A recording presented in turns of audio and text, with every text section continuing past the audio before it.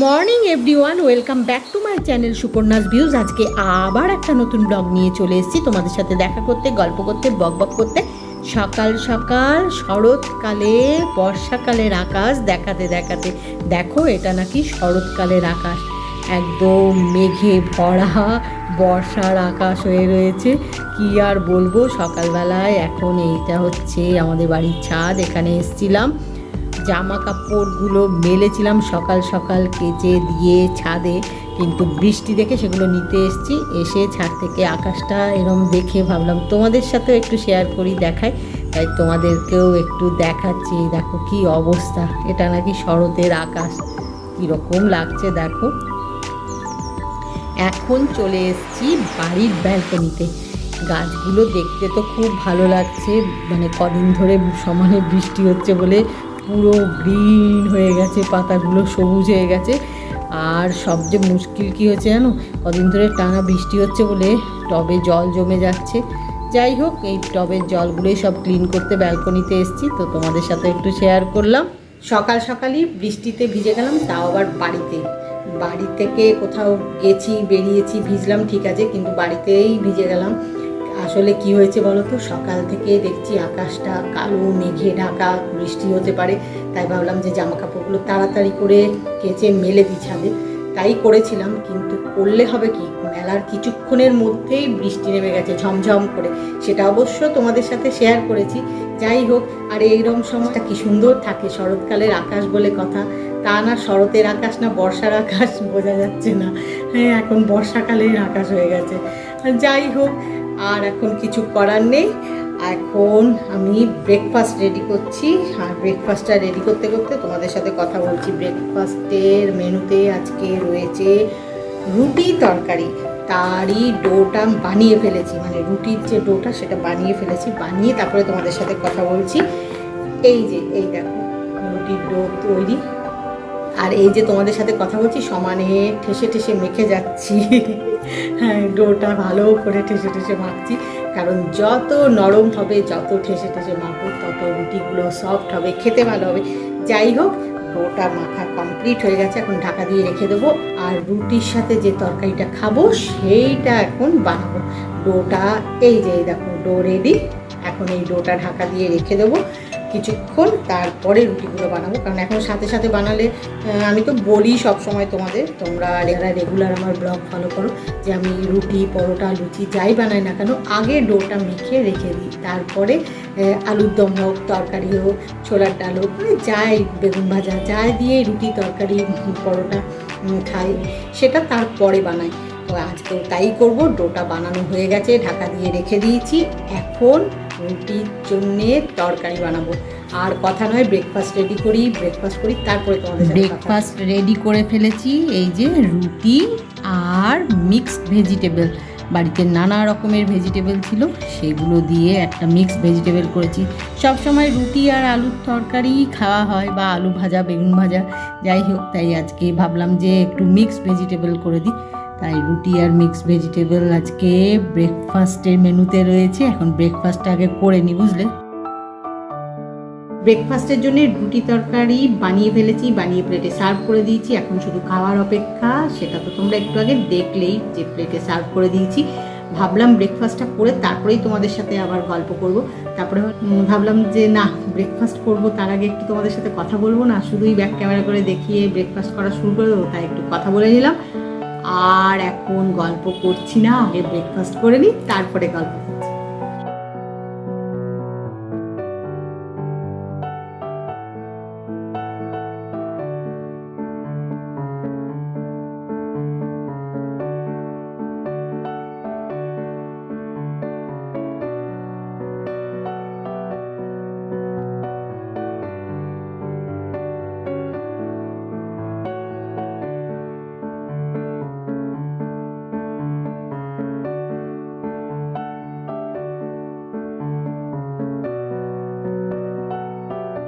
এখন মন দিয়ে বাড়িতে সাজিয়ে রাখা এই ধরনের ছোট ছোট যে শোপিসগুলো, সেগুলো ক্লিন করছি। রোজই পরিষ্কার করি ডাস্টিং করার সময়, কিন্তু এই যে ছোট ছোট ফাঁকগুলো, এর মধ্যে ধুলো ঢুকে থাকে, মাঝে মধ্যে এগুলো ভালো করে ক্লিন করি। আর সামনে এখন পুজো, না ক্লিন করলে হয়। অনেকগুলো সব নিয়ে বসেছি, তোমাদের দু একটা দেখায়। এই দেখো এটা একটা লিকুইড আছে, সেটা দিয়ে ক্লিন করতে হবে। এটাও তাই, নানা রকমের জিনিস দিয়ে ক্লিন করতে হবে। এতগুলো সব নিয়ে বসেছি, এখন এগুলো ভালো করে সব ক্লিন করি, তারপরে লাঞ্চ বানাতে হবে।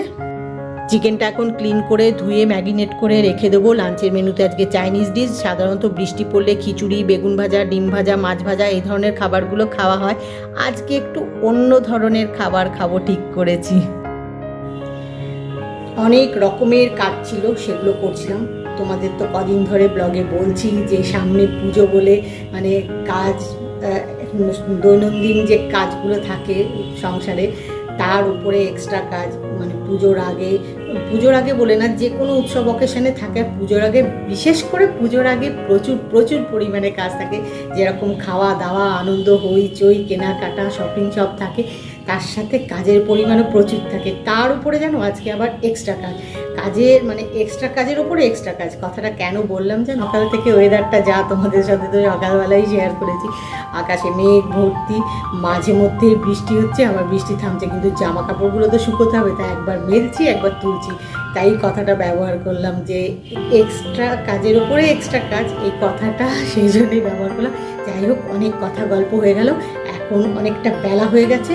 আর আজকের বেলাটা তো মোটেই দেখে বোঝা যাচ্ছে না, ঘড়ির দিকে তাকালে, ঘড়ির কাঁটা দেখলে বোঝা যাচ্ছে আজকে মেঘে বেলা হচ্ছে। মানে সকালবেলা না দুপুরবেলা না বিকেলবেলা কিছুই বোঝা যাচ্ছে না, কিন্তু ঘড়ির কাঁটা বলে দিচ্ছে এটা কি বেলা, সকালবেলা, দুপুরবেলা না বিকেলবেলা, আর কটা বাজছে। যাই হোক, এখন আর গল্প না, অনেকটা বেলা হয়ে গেছে। এখন লাঞ্চের প্রিপারেশান নেওয়া শুরু করে দিয়েছি। লাঞ্চ বানাবো, তারপরে দেখি ওয়েদার কেমন থাকে সেই বুঝে বেরোনো। যেমনই থাক বেরোতে হবে, বুঝেছো। অনেক রকমের কেনাকাটা শপিং বাকি আছে, তো আজকে বেরোনোর ইচ্ছে আছে। দেখি বেরোতে পারি কিনা, কখন বেরোয় সেটা তো পরের কথা। আগে লাঞ্চটা বানাবো। আজকে লাঞ্চের মেনুতে রয়েছে চাইনিজ ফুড, সেটার জন্য প্রিপারেশান নেওয়া শুরু করে দিচ্ছি। চিকেনগুলো ভালো করে ধুয়ে ক্লিন করে ম্যারিনেট করে রেখেছি। আর তার সাথে কি বানাবো সব সারপ্রাইজ আগে বানিয়ে নিই, তারপরে তোমাদের সাথে অবশ্যই শেয়ার করব, তোমাদেরকে দেখাবো, তারপরেই লাঞ্চ করবো। এখন আগে লাঞ্চটা বানিয়ে নিই, তারপরে কথা।